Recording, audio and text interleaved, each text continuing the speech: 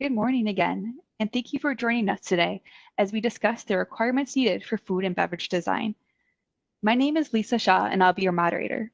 I work on the marketing team at SICK, and I'm excited to be hosting today's session, along with 3 SICK market product managers. In this webinar, you'll learn about when and why you need hygienic solutions, various requirements for hygienic design, and how SICK is exceeding design expectations. Before we get started, I want to share that a recording of this webinar will be emailed to you following today's presentation. Also, feel free to ask questions at any time during the webinar by typing your questions into the Q&A section in your control panel, which is on the right-hand side of your screen. We'll take some time at the end of the webinar to address as many questions as time allows. Lastly, after the webinar, please fill out our post-webinar survey and tell us how we did.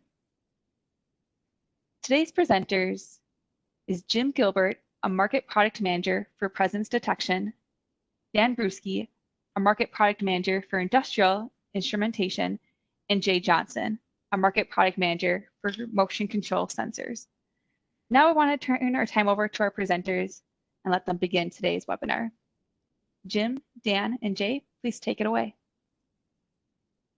Thanks, Lisa, and again, welcome and good morning. We appreciate you spending some time with us today. Again, Jay Johnson, product manager for motion control sensors, mainly encoders and manometers.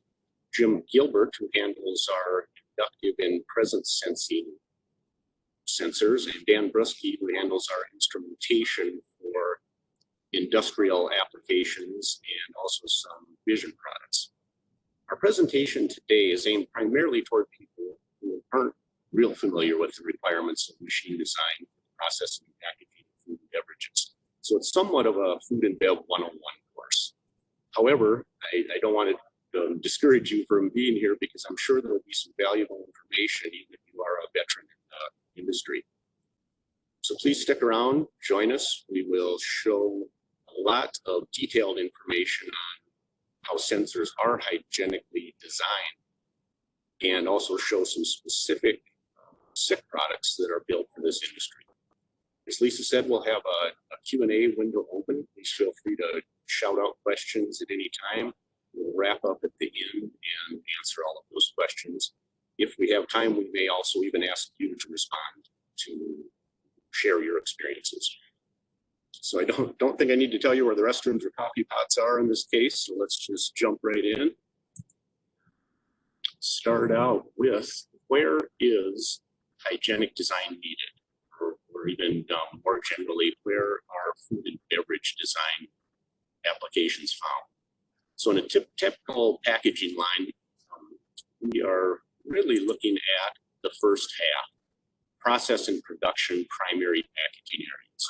Once we get into the secondary packaging or end of line, we're looking more at cartoners, case packers, palletizers. The food or beverages are already sealed and we don't have the concerns of decontamination.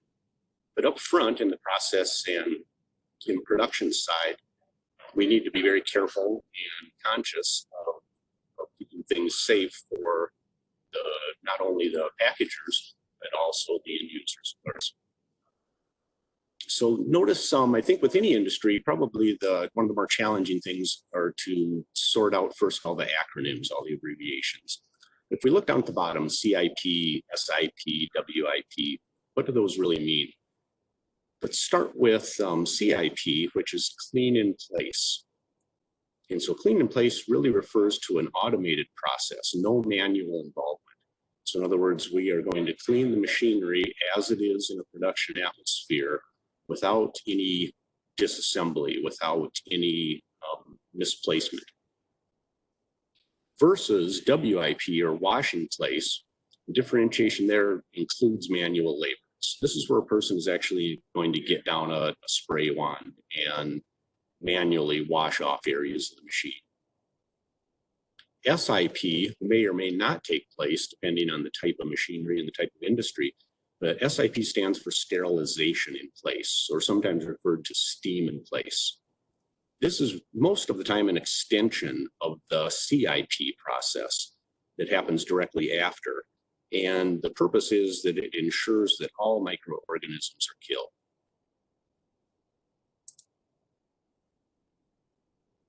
And why hygienic design?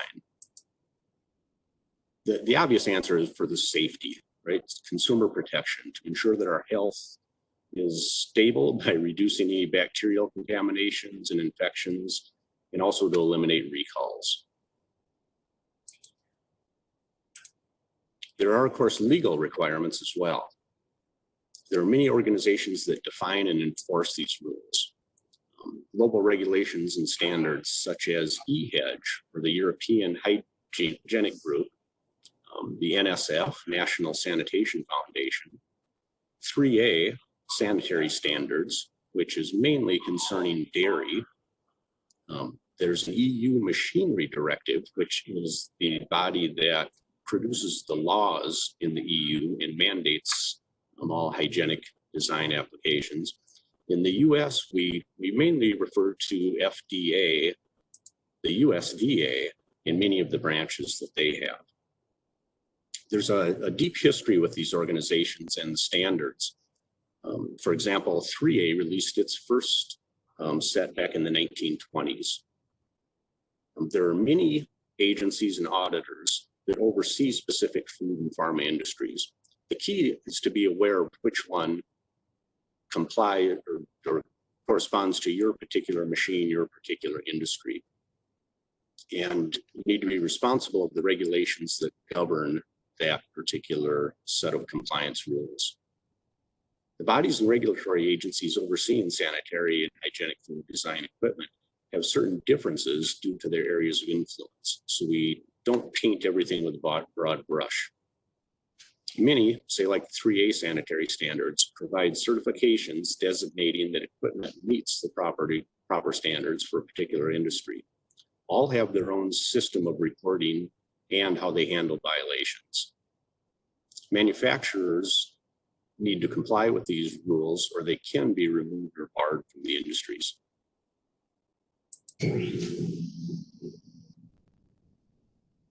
So let's talk a little bit about the requirements for hygienic design. The real central concern here lies with the design or the principles of the surfaces on the machinery that food could come in contact with. These are grouped into a couple of different categories. Either contact surfaces, where the equipment is actually designed to touch the food or beverage. These would be more in the, say, level sensors, flow sensors, temperature sensors, things that actually are in contact regularly with the food. Surfaces, say, of a transfer conveyor or a shuttle set of equipment, versus non-contact surfaces, which may have some incidental contact but aren't primarily designed to transport or hold food or beverage product. The category or zone where the component is installed will determine if liquid ingress, corrosion, the possibility of bacterial growth mandates special construction or ratings for the equipment. Our role at SICK here is to inform our customers, our users, of which our products can meet these compliances in either a contact or a non-contact zone. Therefore, we have documentation available that shows our certifications, say with an EcoLab or with an EHEG rating. We also can provide the material types that our sensors are made of. So let's discuss the two main activities with the decontamination process, the cleaning and sterilization. Cleaning, of course, the purpose to remove any product residues, dirt, microorganisms. Sterilization actually kills the germs, bacteria, and viruses, such as COVID, E. coli, salmonella. To get a little deeper into the CIP, the clean in place. This is something that came into view in probably the 1950s, early 60s. Prior to this, the machinery was completely disassembled for cleaning. So you can imagine it took a substantial amount of time, reduced production, and really opened itself up to reliability issues because of all the disassembly and reassembly. So CIP starts with a pre-rinse, and a pre-rinse typically of a purified water, or sometimes called WFI, or water for injection. The next step then is to apply a caustic detergent, or sometimes alkaline lye acid, depending again on the type of machine or the type of product that's being processed. We then rinse again, which is an intermediate rinse, we'll call this, again with purified water or WFI. Then as an optional step, we can apply a disinfectant, maybe a 70 to 90% isopropyl alcohol or hydrogen peroxide, or something appropriate again for the type of machinery being cleaned. This is also typically at an elevated temperature, maybe 80 or 90 C. Then we can do a rinse and a final rinse. And one step that isn't shown on this ring would be, again, depending on the type of machinery, a final air blow. Again, all at an elevated temperature that will help remove the residues, help remove the byproduct that may still be in the system. Big thing to remember, of course, clean in place is done without dismantling, which increases our uptime, which increases production, which ensures our food supply. Sterilization in place, again, or steam in place sometimes called, starts with very high temperatures, typically 121 to 150 C, or say 121 is about 250 Fahrenheit. Also, typically above 2 bar.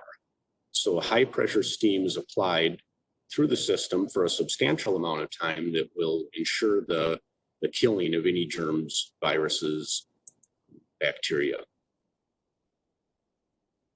Some machines, it's noted, that will use also an additional chemical sterilization, and maybe in place of the steam. Again, it's very specific and depending on the type of product and machinery used. Again, no dismantling, and increasing our uptime and our reliability.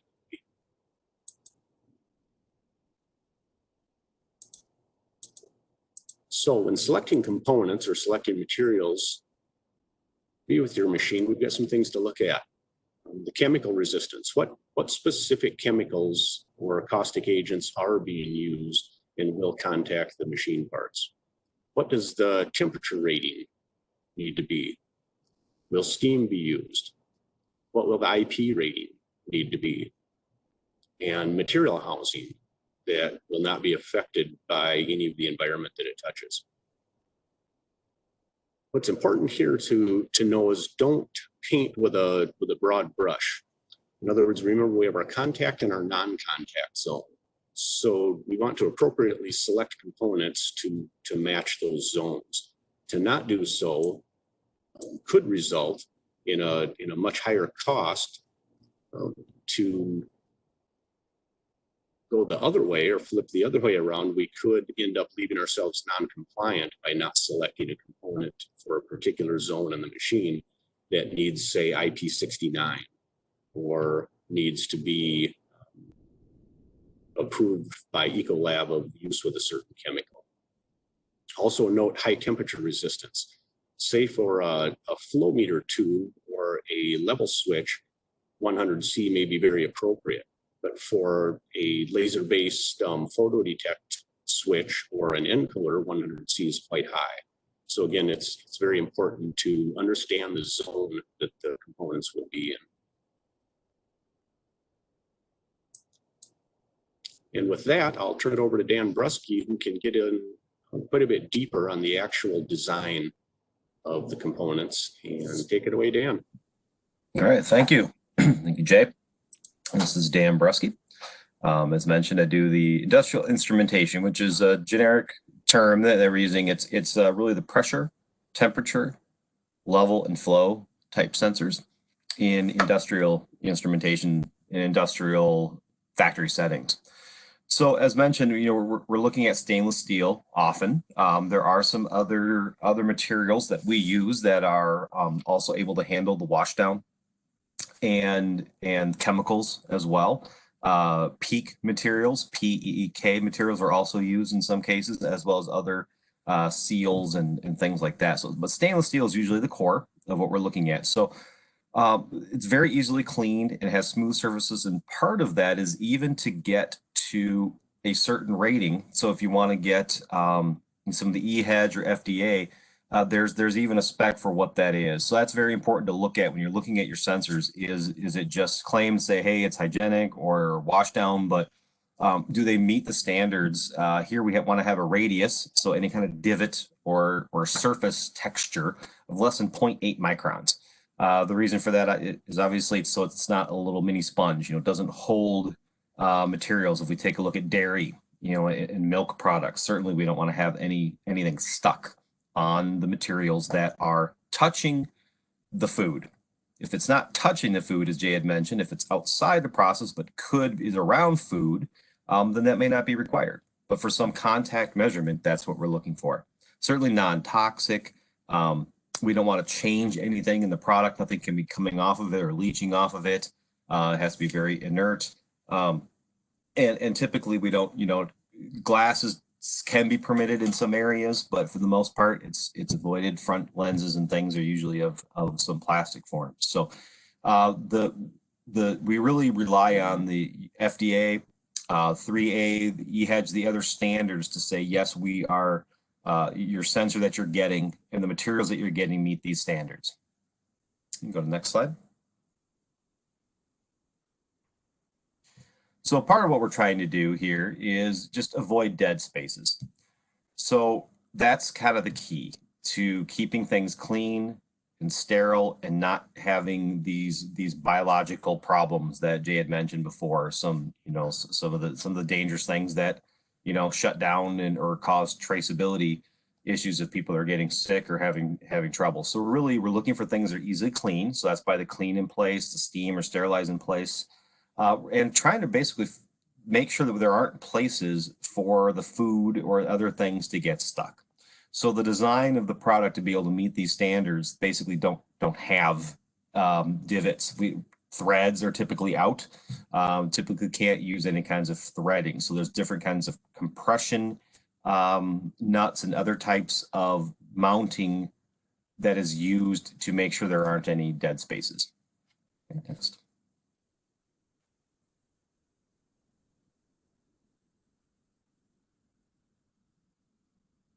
So we're looking for no horizontal surfaces. That's a definite design feature. Smooth, no gaps, but also just not allowing to have stagnant or standing water or food products.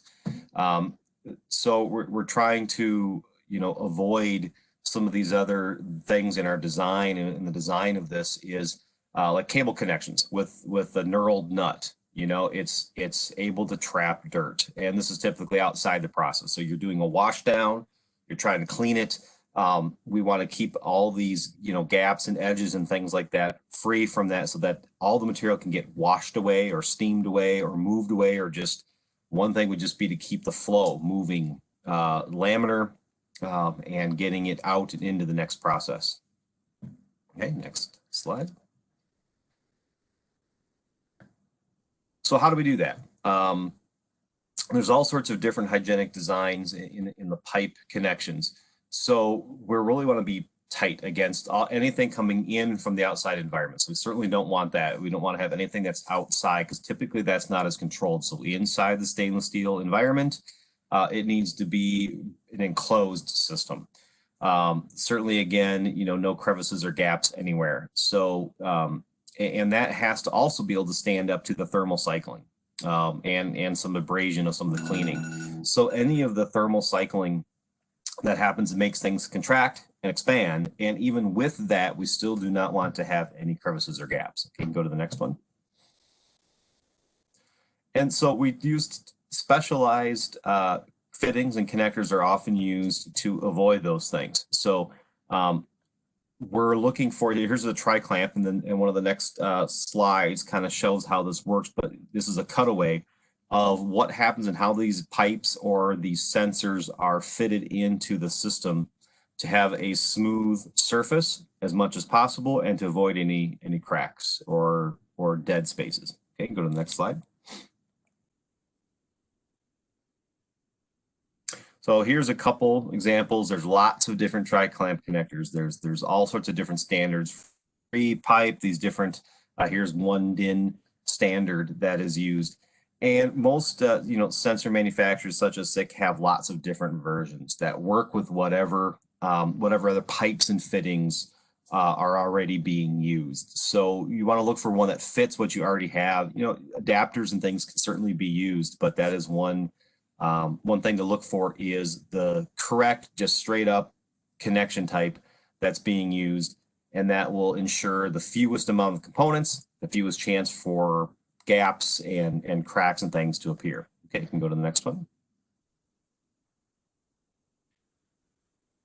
So these tri-clamp and other flush mount designs create a special hygienic or washdown methodology for our standard sensors. So you take any kind of standard pressure sensor, level sensor, temperature that might work in a normal industrial environment. So pneumatics, hydraulics, things like that.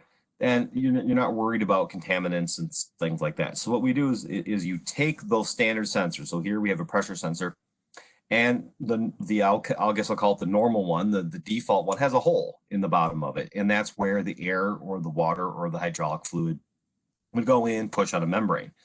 So we have special flush mount designs and hygienic design using tri-clamp and some of the other methods where we have a smooth surface with the polished stainless steel. And then there's usually like a cylinder of non-compressible oil that's in there. And the pressure pushes on almost kind of like a speaker diaphragm for these pressure sensors.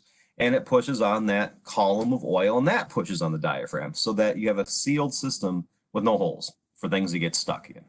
Okay, go to the next one.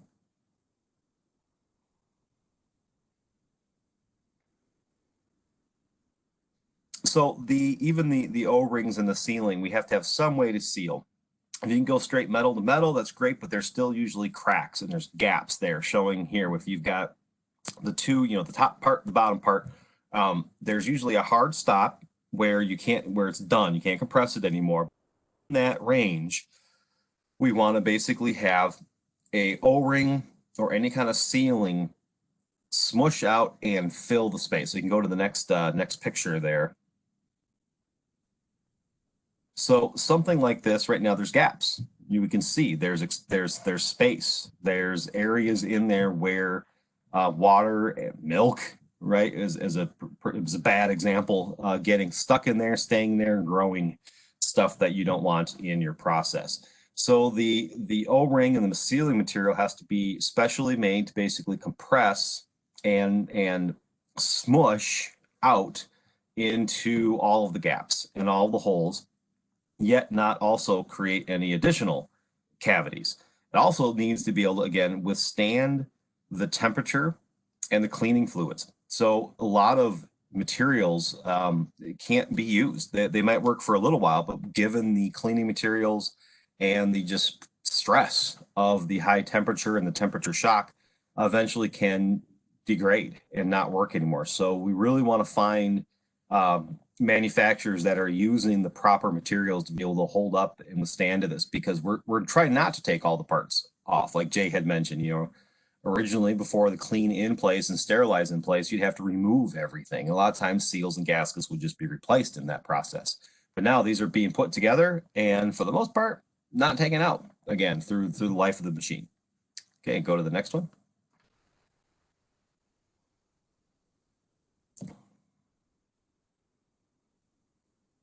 All right, so here there's a threaded connector. There's gaps between on metal, and it's just, you can't keep it clean. To me, outside this world of hygienic stuff, my normal process, if there's some gaps and things, I was like, wow, that's not much of a gap. It's not going to leak. We're not talking about stuff leaking out. So there's lots of very good ways to keep things from leaking, even just, you know, kind of our home use. You know, we wrap Teflon tape around our connectors at home plumbing, and you screw it in. Hey, it's good. It's not going to leak, but it's not going to be hygienic. So we have special hygienic adapters that are put on. Now, we say adapters here. We're not adapting it in the wetted process. So the stuff that's in the wet side, try to stay away from adapters there, because there you just have more pieces, more gaps, more crevices. But what we have is a way to make it very flexible. So you've got sensors that are threaded, and then you put on the hygienic adapter, and you pick the hygienic adapter that fits the one of, you know, 20, 50 different styles that different pipe manufacturers use.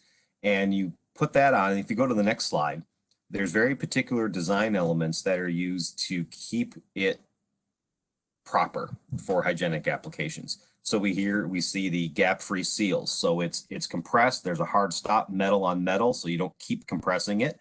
And it's the seal is designed very particularly, as you can see, it just kind of gushes out into the space, just the right amount to avoid any gaps. Okay, you can go to the next one. Also, some elements that are used, even just almost like knife edges. And that's the other thing to keep in mind too when you do this. Some sensors, depending on how they're designed, are kind of meant for a single installation without changing some materials, because the knife edge is designed to cut into the material and seal. So if you have parallel lines, housing and sensor, there's usually a gap. That's being shown there on the right. So what we typically do is avoid, I think you can go to the next picture, avoid that. We actually have different angles. So the outside angle versus the inside angle, they're not the same. So as you can see here, we have kind of a steeper angle on the housing than the material on the sensor, so that it kind of is a little bit of a knife edge and actually cuts in, embeds in as you're compressing it and connecting it and turning it in. That edge jams in to the, in this case would be the PEEK material that is also, you know, food and beverage rated, and cuts in a little bit to it to make sure that there is a perfect seal and no gaps. Next one.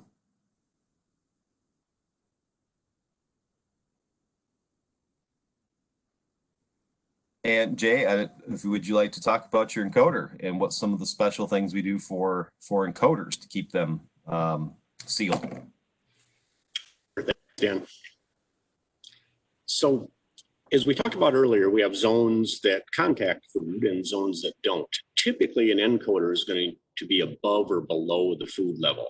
We aren't going to have an encoder in a tank or in a vessel. These are typically going to be used for synchronizing speed, synchronizing two processes in a machine, maybe tracking a drip tray underneath of food being processed along a line.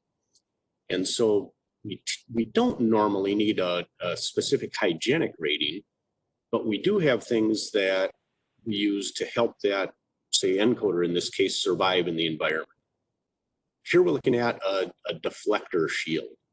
So normally, I'll say on the majority of IP69 rated encoders, we simply have a shaft seal that's subject to the high pressure spray down.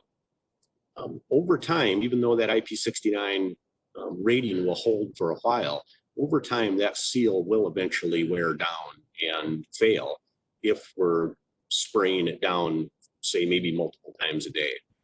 In this case, we have a patented deflector shield that fits over the top of the seal, stays in place. They'll never wear that out. So we're pretty proud of this. We have a patent on the invention, and we expect that this will last multiples of a standard IP69 encoder without the shield. We also do some things that are common in the industry as far as laser marking, right? We won't have a paper label or a sticker on the encoder that could possibly fall in or fail into the process with the food.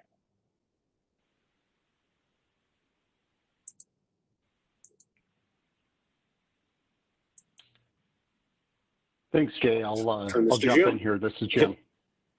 Thanks, Jim. Okay. Thanks. So as you heard before, Dan was talking about largely applications that are more on the process end, and so they are in direct contact with the the food or the items that are being produced, and so they're applying to different standards, as Dan mentioned, like say EHEG. It's also true further downstream as you get more into more discrete processes of your application. You could be getting into packaging or simply conveyance of the product, where you may need different ratings, and you're looking at, say, IP67 or IP69K. So in this slide, we're taking a look at an example of the exact same product applied into different ratings. And as Jay mentioned at the front end, you don't want to use a broad brush. You want to be application specific. There are times where someone will overspecify and just say, just for commonality, I want to apply this higher rated product everywhere. But if you're applying a lot of them, then the dollars do come into play as well. So as a review that we have here, we're showing two types of ratings on products. One is IP67. This is Ingress Protection rating. It's protection against immersion. It has a rating of, IP67 provides a rating of 1 meter water depth for at least 30 minutes. And it is for most industrial self-contained sensors have this rating. So typically, the past, it was IP65. In general, most sensors today, you're going to see IP67 as their base standard rating. So this might be an excellent process where they're not going to see a extreme washdown on a frequent basis, maybe a light rinse. The encoder that we have, correct me if I'm wrong, Jay, but this one is rated IP67, but it is actually stainless 304. So this will provide some degree of protection against, say, salts or other corrosive items that might be in a process, but it's not necessarily meant for daily high pressure washdown. Same thing for the blue sensor that's on the far right. That sensor has an IP67 rating and might be used in the conveyance of product as it moves it down the packaging line. If you are in an application where the product is going to be exposed to more frequent washdown, on a daily basis, and be using some of the chemicals that Jay mentioned earlier on, then you might want to take a look at an IP69K rating. And these offer protection against high pressure water jet up to 100 bar or almost 1500 PSI. These can be high temperature, the water temperature can be relatively high, 80 degrees or higher even. And then it offers chemical resistance against aggressive cleaning agents. So some of the things that Jay mentioned earlier on, lye, there's other chemicals named like Topax. These can be often used, and if it was not a stainless, say, 316 item, or say it wasn't a certain type of plastic, it may find itself in a corrosive environment. So again, you've got essentially three of the same products, but they have different ratings just because it's where you apply it on your process. So that's an example there. If you could advance, we'll take a look a little deeper into what the IP ratings are. Sometimes there's a little confusion on this itself. So this is a table. You can find this pretty readily on the web, but this is a table that really defines what the rating means. You've got 2 digits there, and as I mentioned before, like IP65, that's a common rating. And there's ways to equate this to, like, say, a NEMA 4X panel or different type of enclosure ratings that are out there. But starting on the far left, we're looking at just simply finger protection.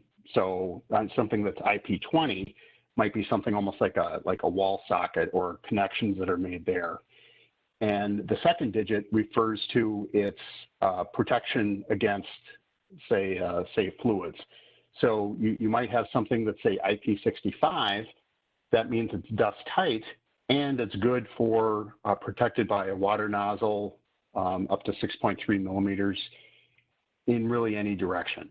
But then as you go further down that list, you get higher degrees of protection. So as we go down the list, we get to IP68. We're looking at immersion beyond 1 meter. It's continuous immersion. And then IP69 is looking at most frequently what we would see in these applications is where you'd have steam jet.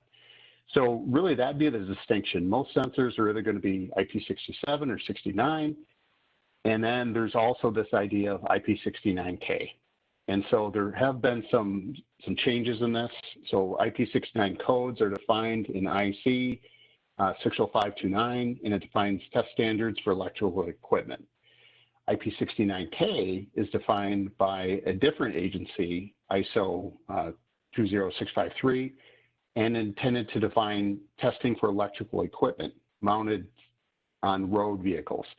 So in some cases, people were taking this IP69K rating and applying it to industrial applications. Increasingly, we're finding that the standard is just being looked at is IP69 for industrial applications. I think for some time we'll see an overlap where you'll see products continue to be labeled IP69K. I think in the future you'll see more of them for industrial applications just rated as IP69. Next slide, Jay.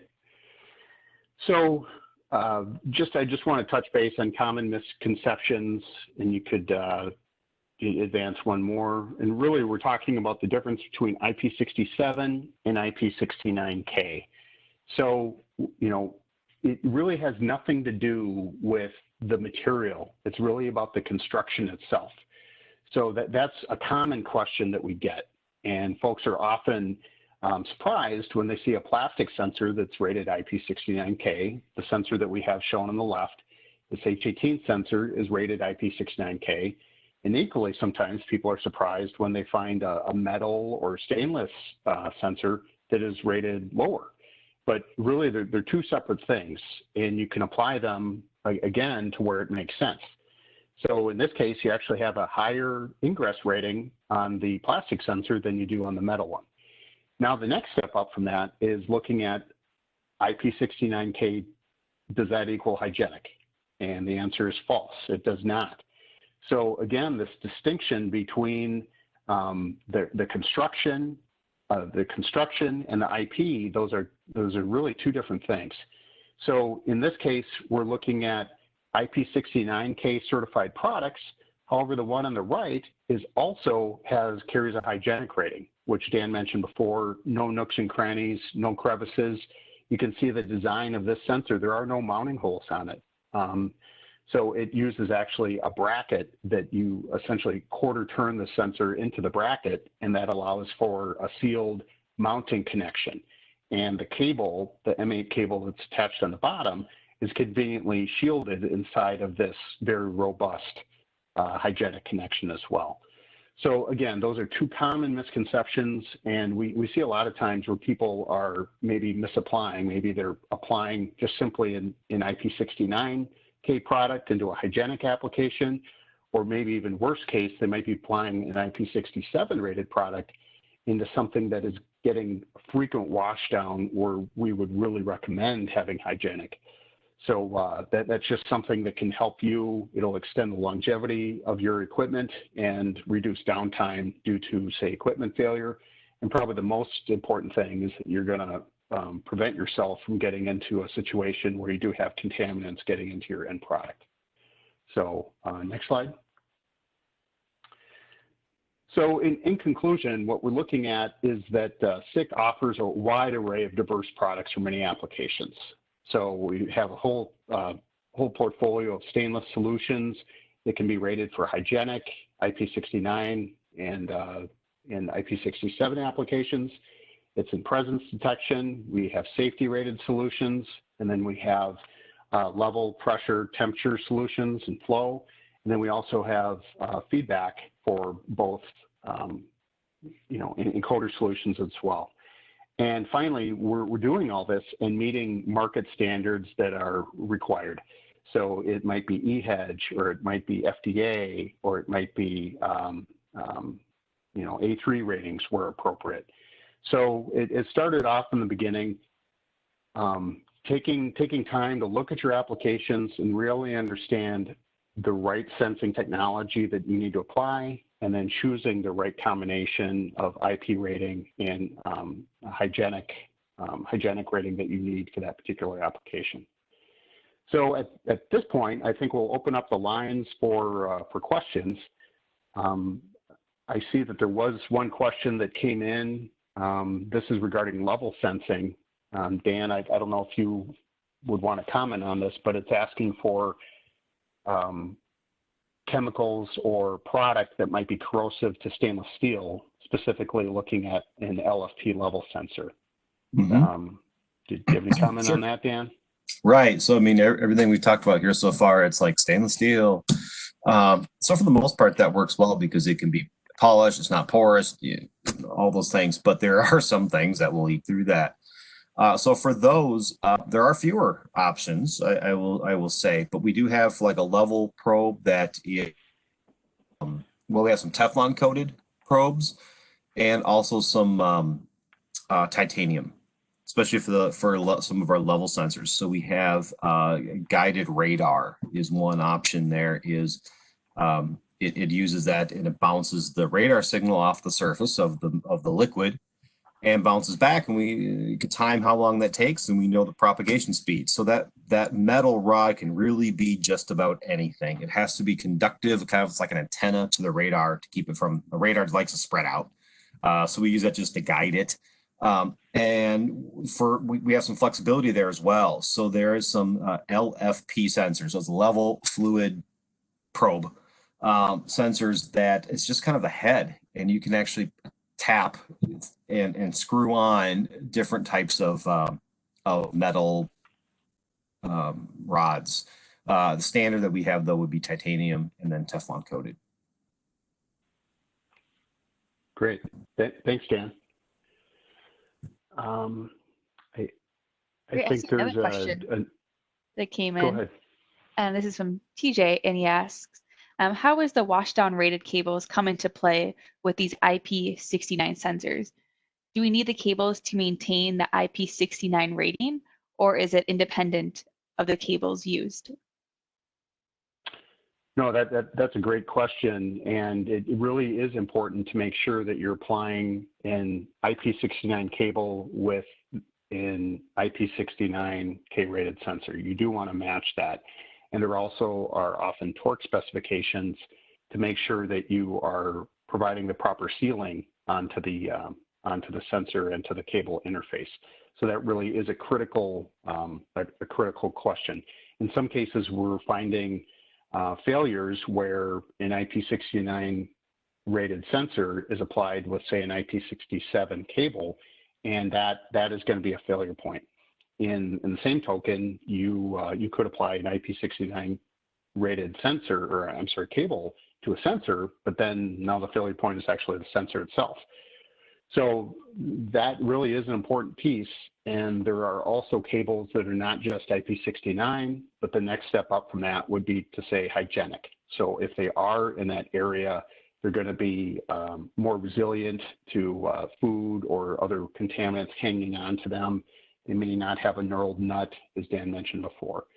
So definitely when you are selecting IP69 rated sensing device, make sure you match that with the appropriate cable.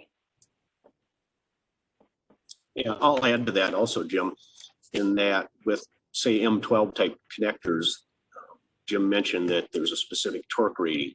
That's really important. We often see that when M12 is hand tightened and we don't know what the torque is, that there will be in times a failure. So we really recommend that you use the specific torque wrench for the connector that is being applied. And those are available. If you haven't seen them out there, there are click stop torque wrenches for, say, M12, M8 style connectors.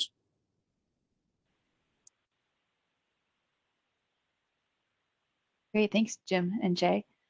The next question comes from Alex, and he asks a broad question, and it is, how does SICK work with customers to understand the requirements needed for their application?